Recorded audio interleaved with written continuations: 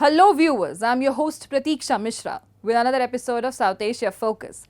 Let's begin the show. India has reaffirmed its commitment to the Pacific Islands with a significant move towards development cooperation. External Affairs Minister S. Jaishankar announced the signing of a Memorandum of Understanding to support 4 community projects in the Marshall Islands. These projects, ranging from a community sports centre to essential infrastructure like an airport terminal, underscore India's growing role in enhancing bilateral ties and fostering regional development in the Pacific. A report. India's External Affairs Minister S. Jaishankar unveiled the signing of a Memorandum of Understanding to finance 4 community development projects in the Marshall Islands. The Marshall Islands consist of an extensive group of volcanic islands and coral atolls situated in the Central Pacific Ocean, positioned between Hawaii and the Philippines. The Memorandum of Understanding was signed at the Indian Embassy in Tokyo by India's ambassador to Japan. Addressing the ceremony, Jaishankar emphasized the enduring partnership between India and the Marshall Islands, underscoring the deepening bilateral relations facilitated by the Forum for Indo-Pacific Islands Cooperation. The MOU signifies a significant milestone in strengthening bilateral relationship between India and the Marshall Islands within the FIPIC framework. India's pledge to advance critical infrastructure projects in the Marshall Islands represents a pivotal effort in bolstering bilateral ties and promoting regional development. This initiative underscores India's expanding influence in the Pacific region. We consider it our responsibility to support the Pacific Islands in the quest for sustainable development. Climate change, natural disasters, poverty alleviation and healthcare are common challenges that we need to address together. And India is privileged to be a partner of the Pacific Islands in that regard. We believe that today's MOU will enable the implementation of 4 community development projects. I am glad that these projects cover areas including a community sports center in Ailuk Atoll, airport terminal on Mejit Island, community centers at the Arno and Botier atolls. India's involvement in the Marshall Islands is integral to its wider strategy of enhancing relations with Pacific Island nations. This effort is in line with India's Act East policy, which focuses on strengthening economic and strategic partnerships across the Asia-Pacific region. India recognizes the priorities and the needs of the Pacific Island nations: healthcare and related infrastructure, quality and affordable medicines, wellness and lifestyle, centers of excellence, education and capacity building, development of SME sector, renewable energy and clean water facilities. All these are some of the focus areas of our cooperation. India is always ready to do more with our Indo-Pacific partners. India was one of the first countries to establish diplomatic relations with the Republic of Marshall Islands in April 1995. India and the Republic of Marshall Islands share warm bilateral relations encompassing a wide range of areas including blue economy, climate change, disaster preparedness, health, education, and renewable energy. India's relations with the Marshall Islands are covered from Japan, with the Indian ambassador to Japan being concurrently accredited to Marshall Islands. Since 2005, India has provided more than $1.8 million as assistance to Republic of Marshall Islands for various projects relating to purchase of equipment, disaster relief, national export strategy, community and local government projects, harnessing solar energy, water and sanitation, among others.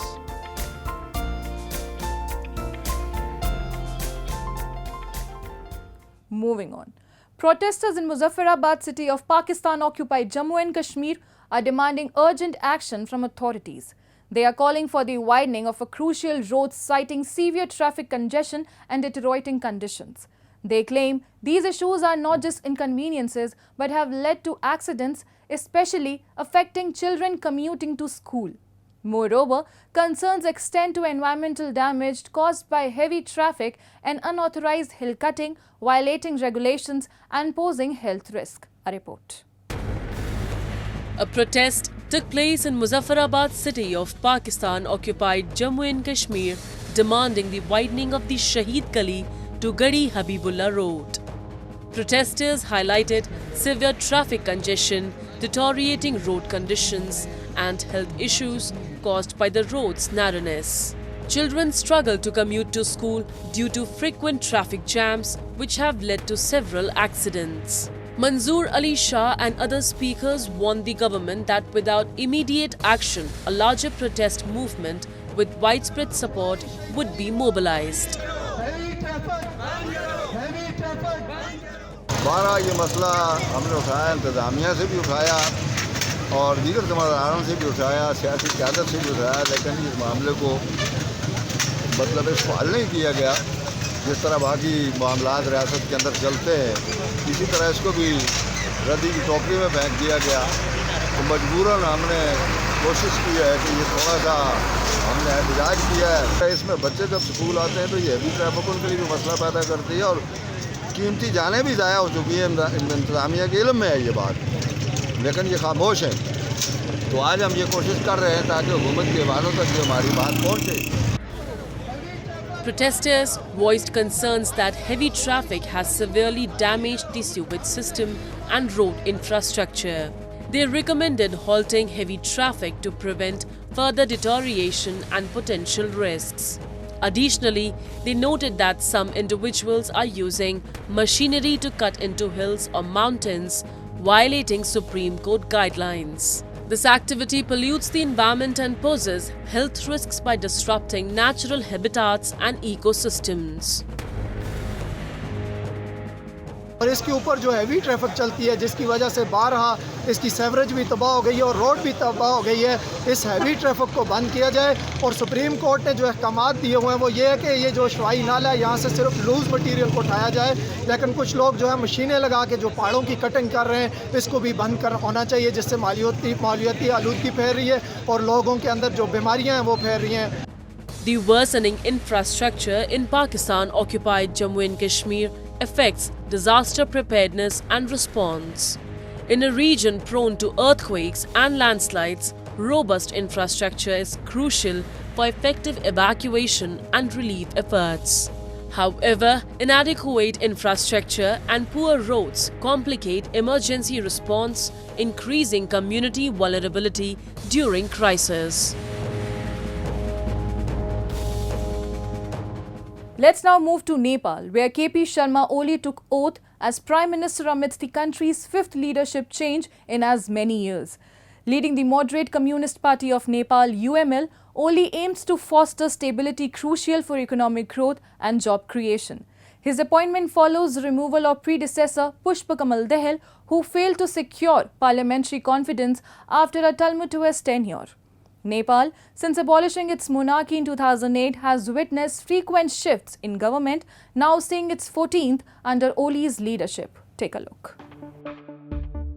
KP Sharma Oli, a seasoned communist leader, was sworn in as Nepal's Prime Minister on 15th July, marking the fifth change in leadership in as many years. His inauguration aims to stabilize Nepal's volatile political landscape, essential for attracting investments and generating employment in the economically challenged Himalayan nation. President Ramchandra Podel administered the oath to Oli, who leads the moderate Communist Party of Nepal. His appointment follows the ousting of his predecessor Pushpakamal Dahal, who lost a parliamentary vote of confidence after a tumultuous 20-month tenure.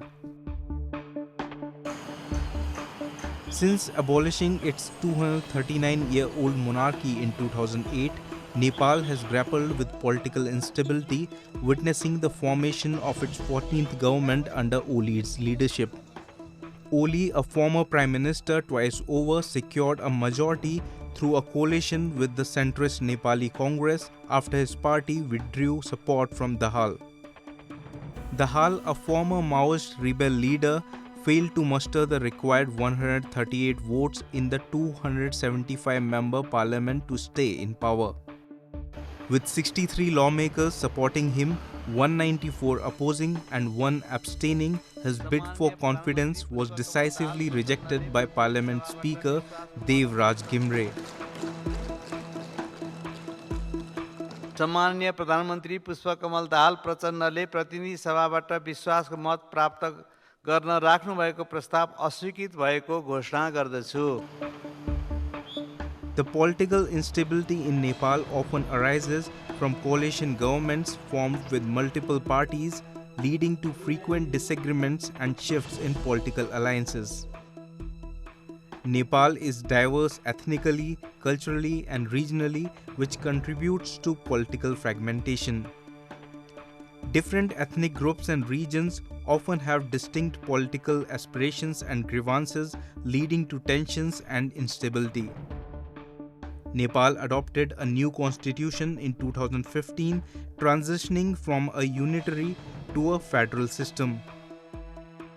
However, issues related to the implementation of federalism, resource allocation, and power sharing between the central and provincial governments have been contentious, contributing to political instability. Time now for Asia This Week, the stories from across the continent. Heavy monsoon showers dumped more than 300 mm of rain in South Korea, while warnings went out across a large swath of the country, including the capital. Footage released by the Gyeonggi Fire Service showed rescue workers on an inflatable boat evacuating residents from flooded areas in Paju near inter-Korean border. Meanwhile, residents in Seoul expressed worry about climate change, causing the recent unpredictable and extreme weather. 일상생활에서는 미리 준비하거나 일기예보조차도 아무 소용이 없고 내 예감도 아무 소용이 없는 그런 날씨와 그런 기후 변화의 위협을 훨씬 더 이렇게 피부로 와닿게 느끼고 있는 것 같습니다. Although July brings annual monsoon rain, the summer months in recent years have seen weather extremes that President Yoon Suk-yeol has said should be anticipated as a result of climate change.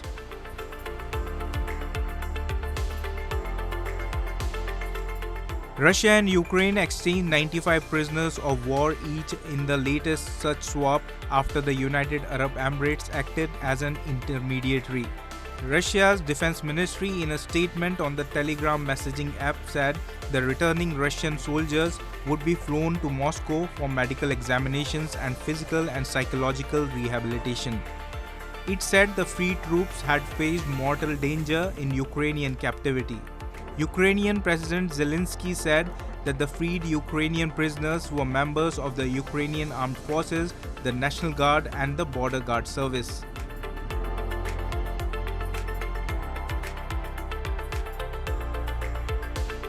Indian Navy rescued at least 9 of the 16-member crew of Comoros-flagged oil tanker that capsized off Oman on July 15 have been rescued, while one was found dead. Those rescued by the Indian Navy's warship INS Teg so far include 8 Indians, 1 Sri Lankan, said a spokesperson of the Indian Navy, which is helping with search and rescue operations. The Prestige Falcon, a 117-meter oil product tanker, was heading to the Yemeni port of Aden. In Bangladesh, thousands of job reform protesters clashed with police, resulting in several deaths and many injuries. The clashes were triggered by protests against public sector job quotas, which reserve 30% of jobs for family members of 1971 War of Independence fighters. Police used tear gas and rubber bullets to disperse the students, causing dozens of injuries, including several journalists. A report. Thousands of job reform protesters in Bangladesh clashed with police following violent confrontations that left several people dead and many injured. Police fired tear gas and rubber bullets to disperse students protesting against public sector job quotas, which include a 30% reservation for family members of those who fought in the 1971 War of Independence from Pakistan. The clashes resulted in dozens of injuries, including at least 6 journalists. টিয়ার ছেলে এবং আমাদের উপরে grenade মারছে এটাই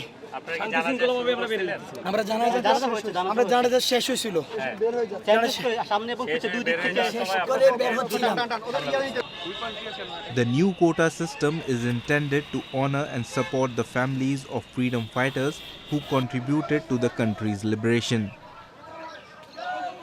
However, it has sparked significant controversy and protest, particularly among students and young job seekers who argue that the quotas are unfair and contribute to high youth unemployment rates. Critics claim that the system disproportionately benefits a specific group and reduces opportunities for the broader population. Nearly 32 million young Bangladeshis out of a total population of 170 million are neither working nor in education. Amid the protests, authorities deployed paramilitary border guard units alongside riot police outside Dhaka University, where students chanted, "We will not let our brothers' blood go in vain."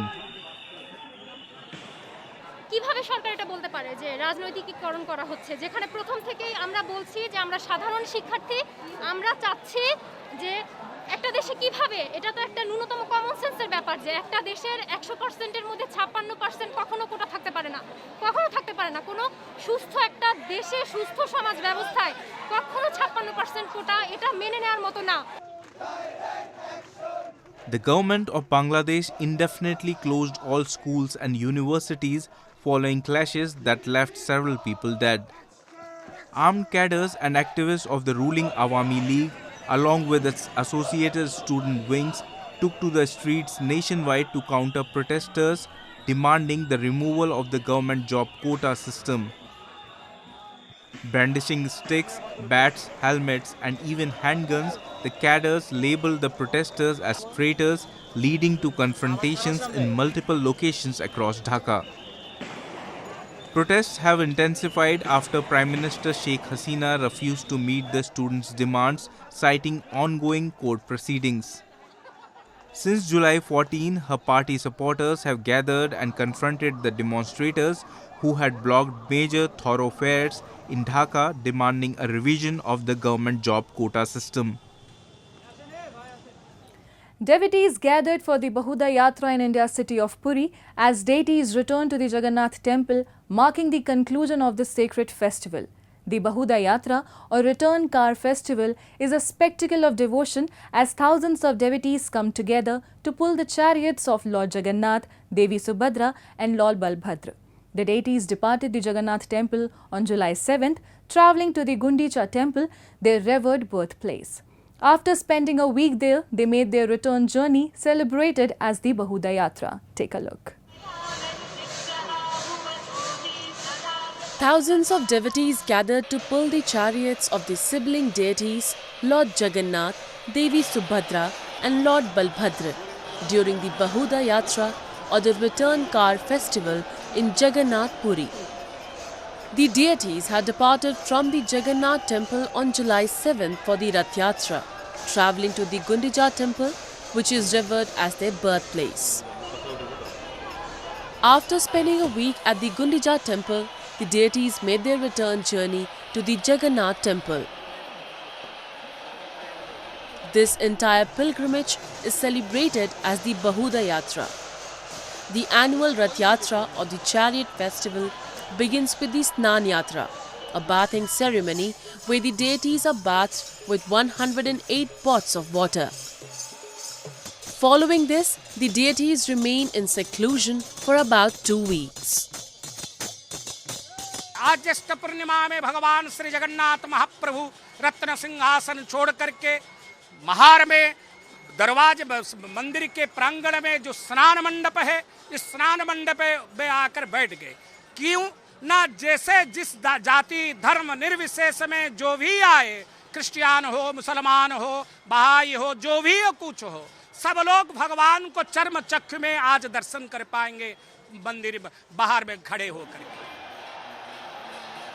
During the Rath Yatra, Lord Jagannath, Lord Balbhadra and Devi Subhadra are taken out in a grand procession on chariots over 40 feet high, travelling to the Gundicha temple. They stay there for 9 days before making their return journey, known as the Bahuda Yatra, to their main temple in Puri. This tradition, which has been celebrated in India for over 600 years, is the origin of the word Juggernaut. The festival attracts thousands of visitors and pilgrims from across the country. The Ratha Yatra, or the car festival popularly known in English, is not merely a festival, it is a sentiment. It is not just a sentiment for 4.5 crore Odias, but for all Hindus worldwide. Lord of the universe, Lord Jagannath, he leaves his abode and he visits his devotees. He gives darshan to his devotees on the streets. Lakhs of people come and they all get together in Puri. Devotees believe that participating in the festival or even witnessing it can cleanse them of their sins and bring spiritual merit. The festival is a profound expression of equality as people from all walks of life, regardless of caste, creed or social status, come together to pull the chariots. This act of collective devotion signifies unity and communal harmony. The Rath Yatra is a vital part of India's cultural heritage. It showcases the rich traditions, rituals and craftsmanship of the region, particularly in the construction and decoration of the massive chariots. Beyond its religious significance, the Rath Yatra is also a time of great celebration featuring music, dance and various cultural performances. It is a vibrant and joyous occasion that brings communities together in celebration. The Rath Yatra holds deep religious and cultural significance in Hinduism. And with that, we come to the end of this week's episode. See you next week. Goodbye and take care.